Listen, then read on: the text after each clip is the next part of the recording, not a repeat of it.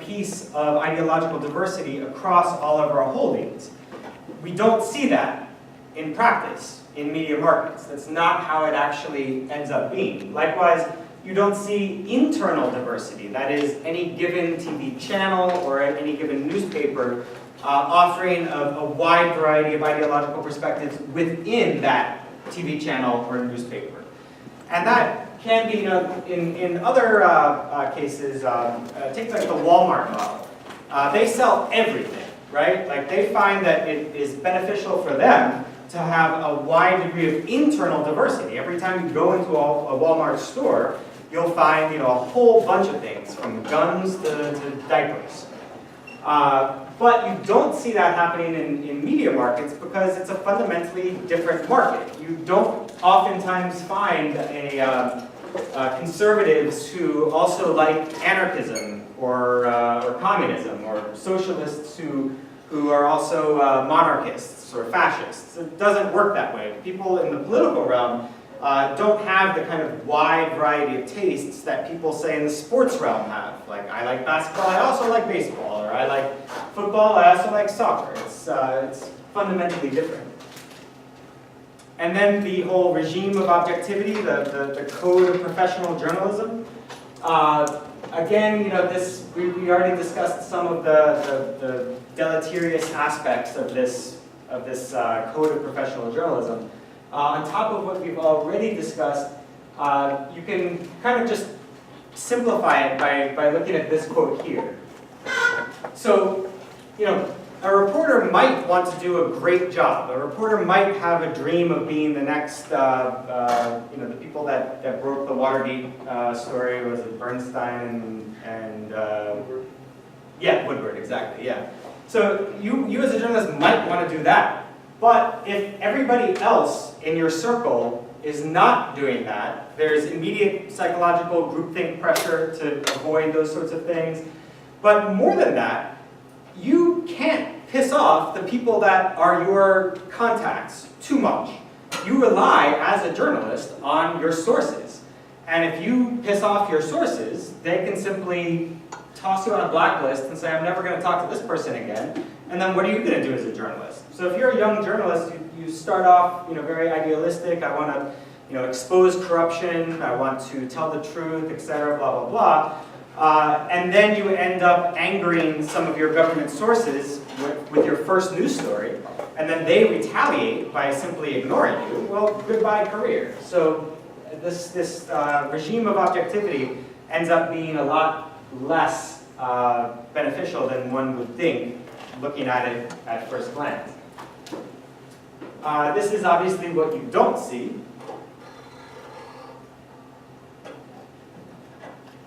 I don't think there's ever been a protest where these have been the rallying cries, right? But this is kind of what the media gives its audience, not because necessarily they want it, but because their true customer base, advertisers, do want this. Mm-hmm. You just say people believe in politicals are different from what they want in sports. Maybe what they want in sports is some kind of hobby, and what they believe is some kind of belief. So belief is different from hobby.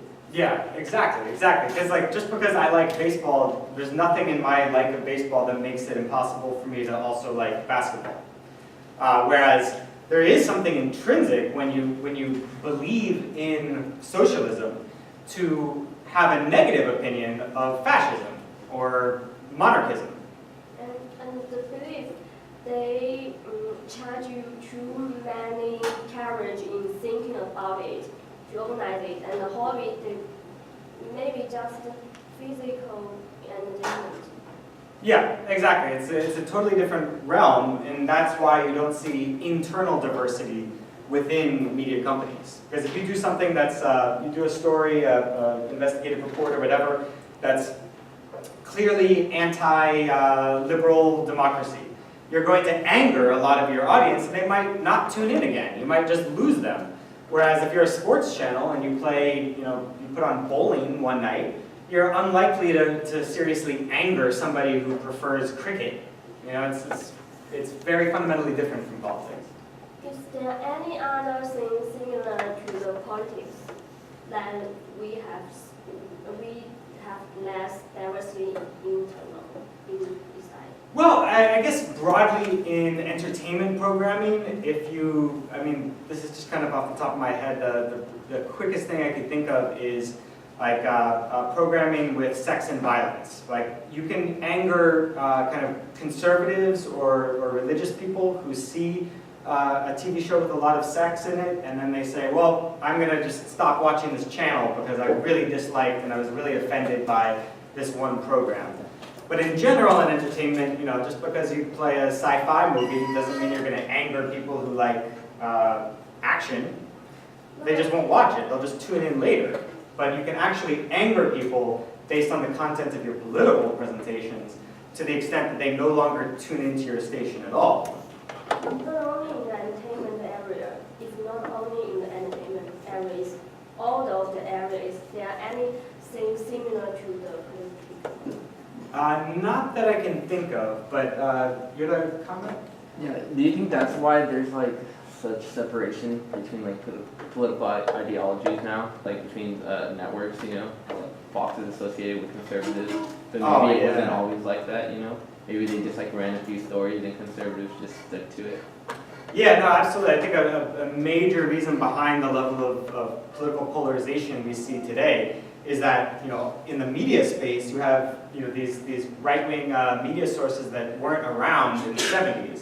So starting in the 80s, late 80s, into the 90s, you had, you know, right-wing talk radio, Fox News, MSNBC took, I think, another decade before it came out. But absolutely, when you have people who segregate themselves into this ideological bubble and they only get information from this one source, that's going to further polarize them. Whereas in the 70s, you know, you turn on the nightly news, yeah, you know, you'd see some things as a conservative, you'd be like, yeah, I'm against busing, I'm against affirmative action, etc. But you didn't have an entire source where everything fed to you would be affirming your ideology and supporting it and strengthening it. So yeah, I think absolutely. I think maybe it's the media who make people have to choose one from it. So maybe people get used to it, so they always choose one instead. That's part of it. I mean, like brand loyalty. You know, that's something that marketers study a lot. How human psychology interacts with marketing. So people who they like a brand, they'll be more likely to stick with it just out of loyalty. But in this context, I think it's mostly about, you know, the consonance between your ideology and the political messages coming from the media station that you're choosing to tune into. And why people only choose one and against the other? Well, the research that we discussed last week, actually, on the internet, people don't just choose one. On the internet, even people who are very conservative or very liberal will also have in their media diet sources from the other side. It won't be 50-50 at all, but you do see a lot of that kind of diversity on the internet. On TV, I'm not, I wouldn't go on record saying that it's exactly the opposite, but certainly on the internet it's more hopeful in the sense that people do have somewhat of a diversified diet. Nowhere near, you know, the kind of ideal half and half, or however you do it, like quarter. But yeah, it's not as bad on the internet. Okay, so then just to go around the world briefly, one model of different media systems separates media systems into three broader umbrella systems. So you've got the pluralized, or the polarized pluralist model. This is kind of Southern Europe. It's meant to encompass the media systems of Southern Europe, characterized by an elite-oriented press with low circulation. These were countries where literacy came on later than in the US and Northern Europe, mostly Catholic countries. You have electronic forms of media dominating even more than they do in other countries. So the vast majority of people just tune into TV and radio. Most people don't read their news. Public broadcasting or public service media tends to be directed by the government, so a higher degree of government control over the public service media. And professional journalism, I've been talking about the code of professional journalism or professional objectivity or journalistic objectivity. In these countries, that's less of a stricture on journalists' practice, and it's more conceived along the lines that journalism was conceived in the 1800s in the US, which is very much as a kind of activist role. I'm going to be a journalist because I want to create political change. I want to inform people about things that if they knew them, they would make changes in government. And in these systems, they've been transitioning rapidly to commercialism. So they've been abandoning the kind of public service model and heading more to commercialized journalism. The democratic corporatist model, this is predominantly in Northern Europe, but I think Japan also is mostly in this model. So you've got a mix of partisan or interpretationist journalism alongside the kind of cult of objectivity style journalism. You have an historically early development of newspapers that went along with the historically early development of education and literacy. Very high newspaper circulation. And this is a really key part. Public broadcasting tends to be more autonomous from government and less directly controlled by government, which turns out to be a very key factor in how well the media system does at informing people. And there has been the trend towards commercialization. Every country in the world, as far as I know, minus maybe North Korea, maybe very few countries have been unaffected by the trend towards commercialization. Likewise, the democratic corporatist countries. And then lastly, you have the liberal model, and that's the model in the US, it's the model in the UK to some extent, the model in Ireland. And here you have, likewise, a very early development of press freedom and high newspaper circulation. You've got low levels of political parallelism. That just means each journalistic outlet, each newspaper, each TV station, each radio station is less directly sort of controlled by or influenced by political parties. So Fox and MSNBC would be the typical examples of high political parallelism, where the outlet follows very closely the thinking that dictates the leadership of a party. There's lower levels here than in the other two models. And a very weak regulatory role for the government. Now that applies less so in the case of England and Ireland, where they follow the BBC model. But nonetheless, there's less regulation in these countries than in the democratic centralist, the democratic corporatist model. So in Northern Europe, basically. All right, so that's just a very quick, hasty kind of generalizations about media systems in a number of European countries. Moving outside of Europe, in Africa, basically you have to look at the history of European colonialism in Africa. So it was the European colonists who brought radio and then television, and they used them from the very beginning as a tool of colonial rule, obviously. I mean, they would use whatever tool they had for this purpose. That was what they were doing there. Interestingly, though, as the movement for independence progressed and the Europeans were kicked out, the new governments, from the very beginning, realized that the media was an incredibly powerful tool. There weren't any minimal effects people among the liberation movements in Africa. Everyone basically knew that, yeah, the media is absolutely essential to control in order for our new independent governments to be able to do anything that they want to do. Today, recently, Western governments and non-governmental organizations have been pushing for more commercialization, less control of the media by the government. I'll discuss that in a second. Here you see a critical cartoon about the state media in Africa. A lot of them will just, they'll focus on whatever the government tells them to focus on. Is the government doing some sort of a development project somewhere? Great, let's send some reporters over there to talk about how wonderful it is, whatever the government's doing. And then issues that would make the government look bad are going to be overlooked. The state media is obviously not going to look at them, and the free media in this cartoon, it suggests there's some sort of direct censorship.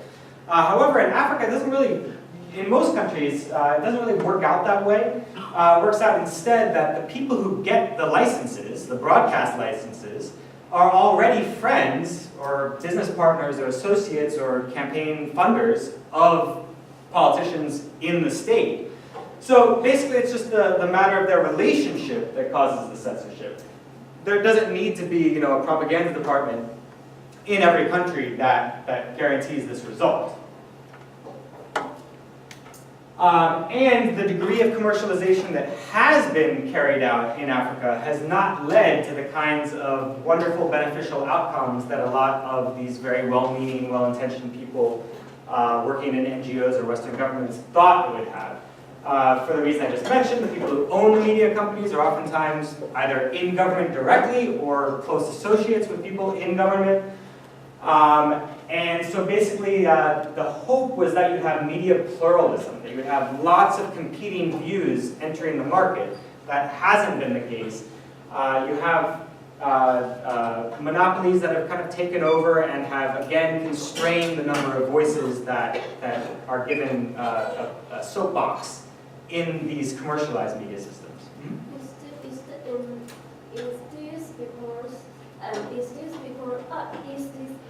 Because the African people, they are not strong enough to go against the government. Yeah, I mean that's certainly part of it, and you're also not strong enough to go against a wealthy business owner. If you want to do your own sort of journalistic enterprise, create your own radio station, you're going to need money from somewhere, and if the credit available to you is constrained by people in the bank who might also have ties with government, you're not going to be able to get out there and enter the public sphere with a media enterprise. What I mean is this because African people, they are not that high educated level, so they are always controlled by the government, so that they always control. And they can't figure out ways, and they don't know how to fight with the government.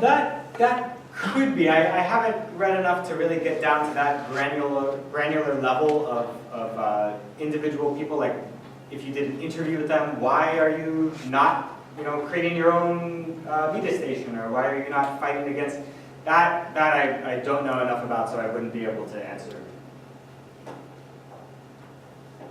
And then you have corruption is a huge problem in the media because, if you have a very low salary, it's the same thing with corrupt cops. Like, I was really surprised, in India for the first time that I noticed that this was a thing, that, it's kind of normal or expected that at times you would bribe the cops. And it was kind of striking for me, but then my friend who lives there told me, like, look, the cops make this amount of money. You can't survive on their salary. In order to survive, you have to take bribes. It's not an option. If you want your kids, to go to school, well, then you've got to take bribes. That's the same problem that you see in Africa, is that journalists, because they're paid so little, they basically have to take bribes from corporations or government officials to give more favorable coverage because they need to survive themselves.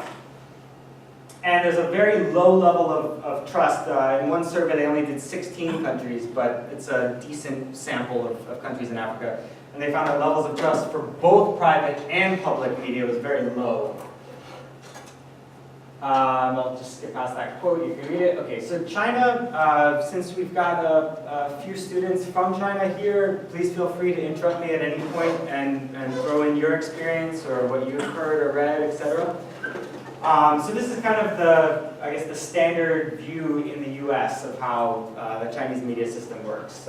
Everything that a Chinese journalist will write is dictated by the government, and they just follow along, and that's it. And then other people will say, well, wait, like, isn't China kind of capitalist nowadays? And to some extent, yeah, there's been some significant introduction of elements of capitalism into the Chinese system, but there's still a very large state-owned sector. And a really key thing is that there hasn't been a sort of welcoming call to foreign investors into the media space in China, at least not the news media space. There might be openings for investment in entertainment media, but if you're a rich investor from abroad and you want to say, hey, I want to buy like a big Chinese newspaper, that you can't do.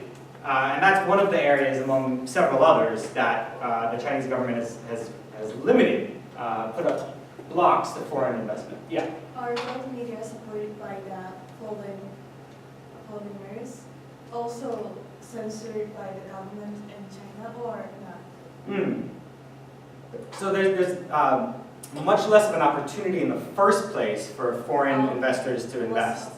Yeah. I don't know if there's any, maybe you can buy like a minority share. I mean, I'm not certain about that, but it certainly limits the majority stakes that you could, anything that you could control the company is a no-go. And you can see this, this was a huge surprise for me.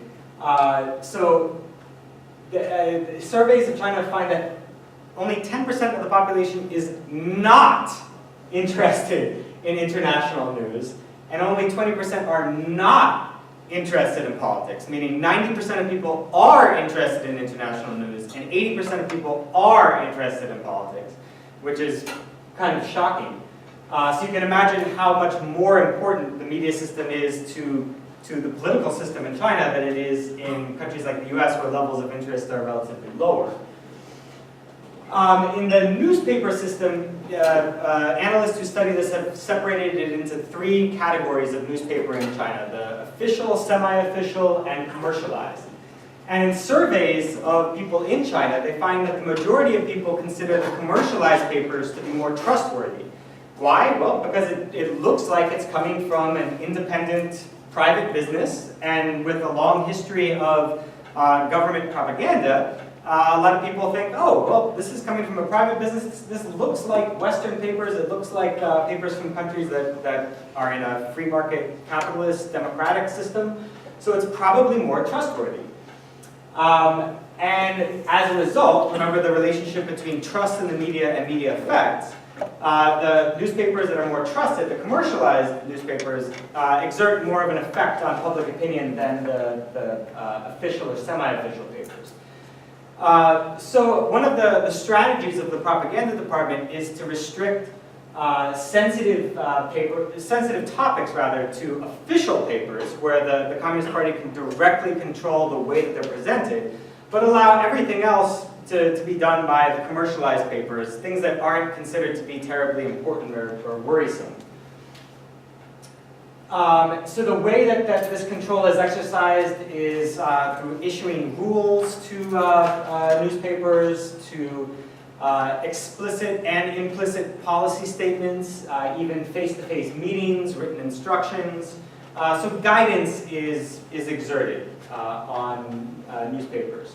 The propaganda department has kind of decentralized its control, following Western market principles, decentralize everything. So it's basically deputized normal people to act as censors on the internet in a sense. Like, first of all, if you have a web portal and you allow people to post on your website or what have you, you need to deputize some people to kind of police that portal that you've opened up. So it's not just people directly employed by the government, but also kind of deputized normal citizens that can sustain this version of censorship. Okay, and here, so we've been talking about newspapers. Remember, if most people don't read newspapers, most people just tune into TV. then you don't really have to worry so much about newspapers. Your main concern should be TV, and that's exactly what you see in the propaganda department. Mass circulation newspapers are considered, worthy of control. The internet is the least controlled, and this is kind of perfect. One writer from Shanghai says, as long as nobody reads them, who cares? And this I thought was perfect because, during the Cold War, it seemed like the USSR was very concerned about the power of information, the power of ideas, the power of the written word, such that things had to be censored. Certain things, like certain criticisms of the government, just had to be constrained and tamped down and buried, because the worry was that these ideas are so powerful they could overthrow our system of government and society. But perhaps by observing the US experience, the Chinese government realized, oh, actually we don't have to worry about that. Because look at the US. If you want to, anyone here could go to the library and pick up a book by Noam Chomsky or Chalmers Johnson or any number of people who are highly critical of the US government, foreign policy, domestic policy, economic policy. But so few people read those books that they don't really make much of an impact. So the Chinese propaganda department's strategy is very sensible. You don't have to be a Orwellian censor that just eliminates all ideas that might go against your government. You can ignore the ideas that don't have a big audience. So yeah, go ahead, write in your academic journal, write your own book, that's fine. Post things on the internet, on your own site, that's fine. As long as a lot of people don't see it, then why do you care? The US got along perfectly fine. It has the same foreign policy, more or less, that it had 100 years ago. Because everyone's ignorant of it, the foreign policy elite is free to do whatever the hell they want. So why do we need to look bad in the eyes of the world and our own citizens by censoring everything when there's certain things that we really just don't need to worry about at all? So that seems to be the strategy that's now being implemented, which I found somewhat surprising given the sort of stereotype I had going into this research of that was summed up by this cartoon here. Yeah, this cartoon here. But when you actually look at the research, it gives you a very different perspective. And you basically see just a lot of the same phenomenon that are happening or that did happen in Western media systems, whereby the market simply filters out ideas that would be disliked by the elite of society. So working class newspapers, we discussed that on Tuesday, how they kind of died at the hands of market forces. So too in China, the commercialized papers, they're going to be smart business people like anyone else. You don't get that much money by having an audience of poor people. You get more advertising money when you have an audience of rich people. So then you start to shape your content in a way that will attract those people, and you ignore the majority of society if you're living in a very stratified society. Here's just a little bit more detail. We don't really have time to go into that very much, so I'll just skip that. You can read that in the reading materials. But the bottom line here is that, so they did these interesting studies where these researchers, I think they used a computer program to post stories on major Chinese websites where people would go to discuss politics and whatnot. And so one type of thing that they would post were really nasty, hard-hitting criticisms of the Chinese government, individual officials, people arguing that communism sucks, the Communist Party is corrupt, this official is bad, that official is bad, we need to have a completely different political system. What happened to those posts? They stayed up. They didn't get censored. The posts that did get censored were just the ones that said, hey, we're having a meeting at this time and place, let's organize, please join this group. Basically things that lead to organizations in the real world. Those were the posts that got censored. The posts that simply decried the Chinese government and criticized it on on using any kind of really vehement language, those stayed up. So it's an interesting strategy that these experiments have revealed to be in place online. And I mean, I guess the situation in the US and well, to a lesser extent Europe, but definitely in the US is, again, if nobody reads them, who cares? And if they don't result in any offline, real-world organizing, again, who cares? Scream your heart out. That's fine. No deaf complaining and screaming and whatnot. We don't mind about that. We just care if these ideas get a mass audience. And that was, did anyone see the movie Under the Dome? A documentary, Under the Dome? No one? It was like a documentary on the environmental situation in China. Okay, so correct me if I'm wrong, I remember hearing that. So first of all, the documentary got the green light from the propaganda department from the beginning. It was released, the government had no problem. It was a very critical documentary though, saying like China's environmental policy is terrible, it's harming people, we need to change it radically. It was released, no problem, but then it got something like 100 million views in a couple of weeks. And that's the point when the government basically took it off the web and basically tried to completely silence it. Not because they had any problem with the ideas, it was just that because it was getting out to so many people, it was a potential source of danger. Maybe people are going to organize now and cause unrest and maybe lead to another revolution or something of that sort. So that seems to be the strategy. Not just let's censor every single idea we don't like, but let's just censor those things that might lead to people getting organized. So in a very weird way, China's propaganda strategy is kind of mimicking the unintentional propaganda strategy of the US, where nobody's intending to do it, it's just how it comes out naturally. And it seems like China very wisely is saying, hey, that propaganda system is amazing, it's much better than the Soviet Union's or ours used to be. Let's adopt that, even though it isn't a conscious propaganda strategy. Chinese government and Chinese media say there is a pollution because of the car. And the car expels the gas, so there is a pollution, and we indeed believe it. Yeah. Yeah, well, I mean, I remember even in that documentary how truck drivers were avoiding environmental regulations and getting by maybe bribing whoever was supposed to look at it. But I thought it was an excellent documentary. Highly recommended to anyone who's interested. Okay, so gonna have to do this exceedingly quick. Basically, if you read this chapter already, you've been hit over the head by thousands of pounds of collected research reports, just looking at the differences between levels of information, political information, held by people in the US versus held by people in Europe. Now, of course, that could be due to many different things: educational system, different society, different culture, etc., blah, blah, blah. So to narrow down what it is that's causing this, they instead looked at, okay, let's take people in Europe who maybe it's because of their culture, their educational system, that they do better on these kinds of quizzes of knowledge. Let's look at people who watch the commercial news versus people who watch the public service news. So the public service would be the government, the state-run media, government finance media, socialized media, whatever you like to call it. And they find just across the board that people are better informed by state-run media.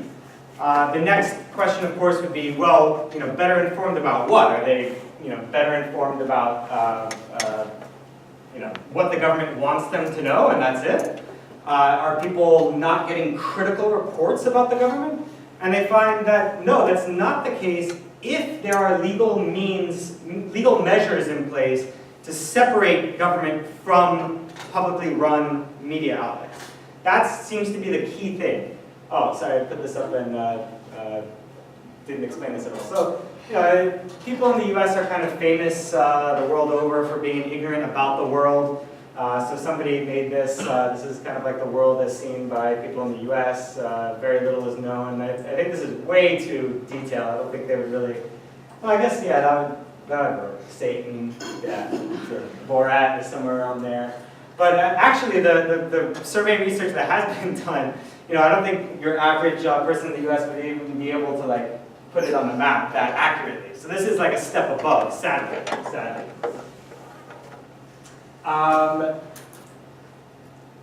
Okay, so yeah, we just won't have enough time to go into this in any like serious depth. But the summary I gave you is pretty accurate. Did anyone have any questions about this material, like the empirical examination of what works better, commercialized media or public service media? I know I just put in like just tons and tons and tons of studies to smack you over the head with. I don't know if like you just fell asleep in the middle of reading that, but did any questions arise from that stuff? Okay, perfect. Yeah, public service media basically is correlated in dozens of countries across the board with more political knowledge and basically with a higher degree of being able to carry out the duties of democratic citizenship. Whereas commercialized media systems, people who expose themselves to commercial media, end up being more ignorant, less informed, and more easily manipulable. This is kind of a stark comparison. So they did a test of international affairs knowledge among people in the US and Europe. They found that 57% of Americans answered only one or none of 5 questions right. So a majority of people couldn't answer more than 1 of 5 just basic questions about international politics correctly. Whereas 58% of Germans answered all or 4 out of the 5 questions correctly. So that's the starkest example. And it's not because people in the US are genetically inferior to Germans, obviously. It has to do with what information are they being exposed to. Why are these memes not getting into our heads, but they are getting into people's heads in other countries?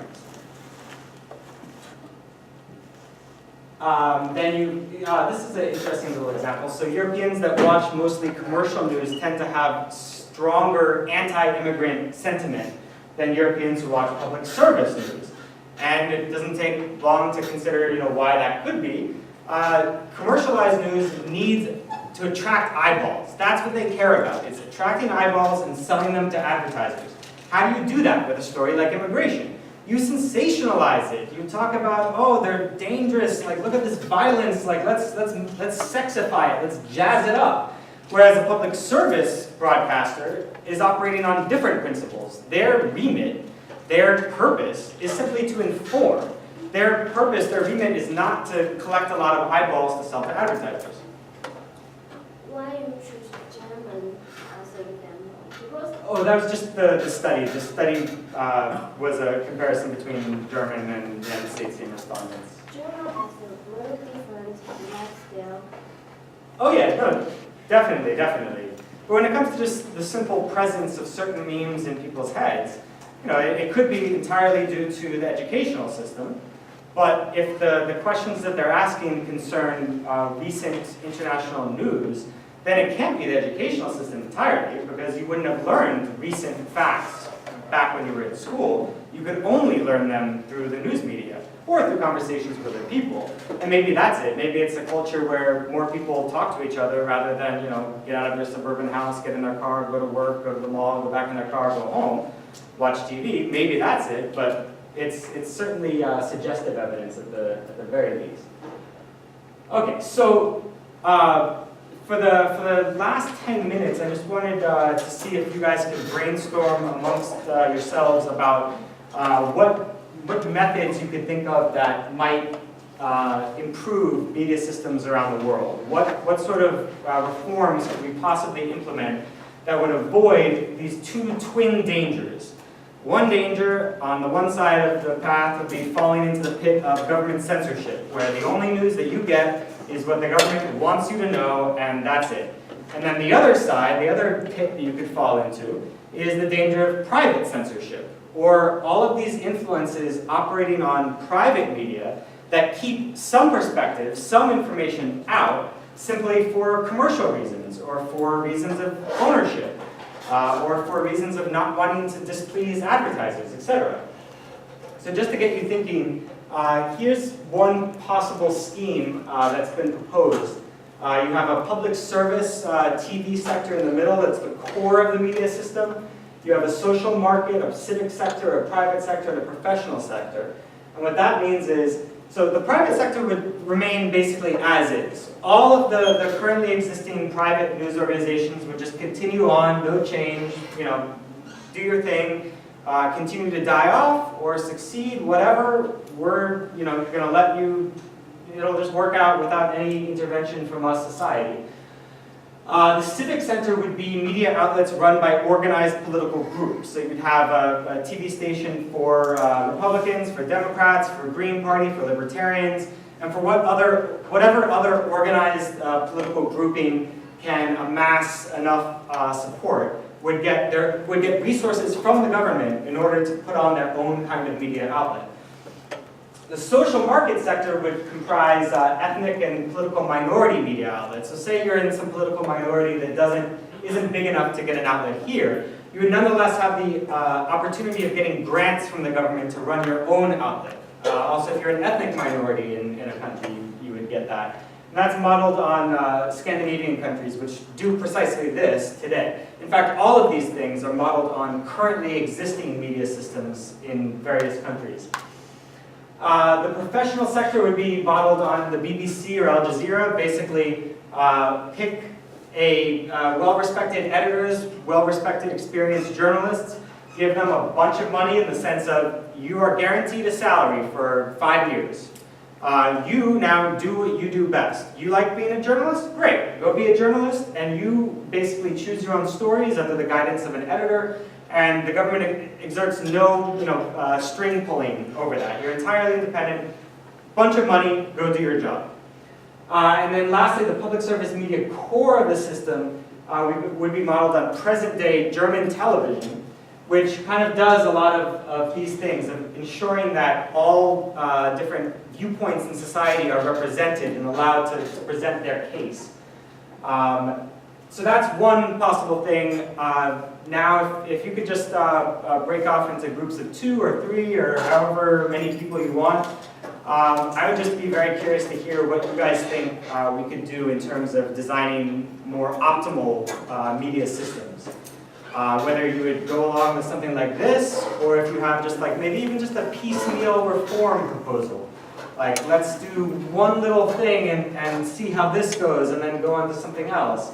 Whatever you think would work possibly as a page 1 rewrite of the whole system, or even just a tiny little reform measure, or anything in between.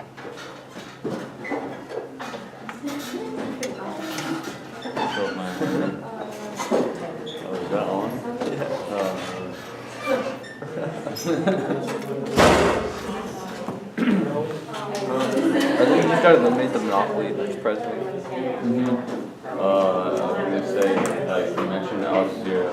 Al Jazeera is like owned by like Qatar, so it's owned by country. It's owned by the country, so they censor what they want to say. For example, like when there was a revolution in Bahrain, since it was like against the interests of Qatar, since it was like an ally of them, the revolt was happening, and they don't cover like an issue like that.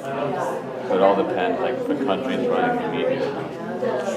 Like he mentioned China also, same shit. Yeah, I think it's just mainly when you only have a few people who are presenting their agenda, like naturally things are just going to be ignored, Like if they don't believe something happening, they're not going to cover it. Especially if they put like importance on like different issues. Right. You gonna write the paper or Or, you're gonna do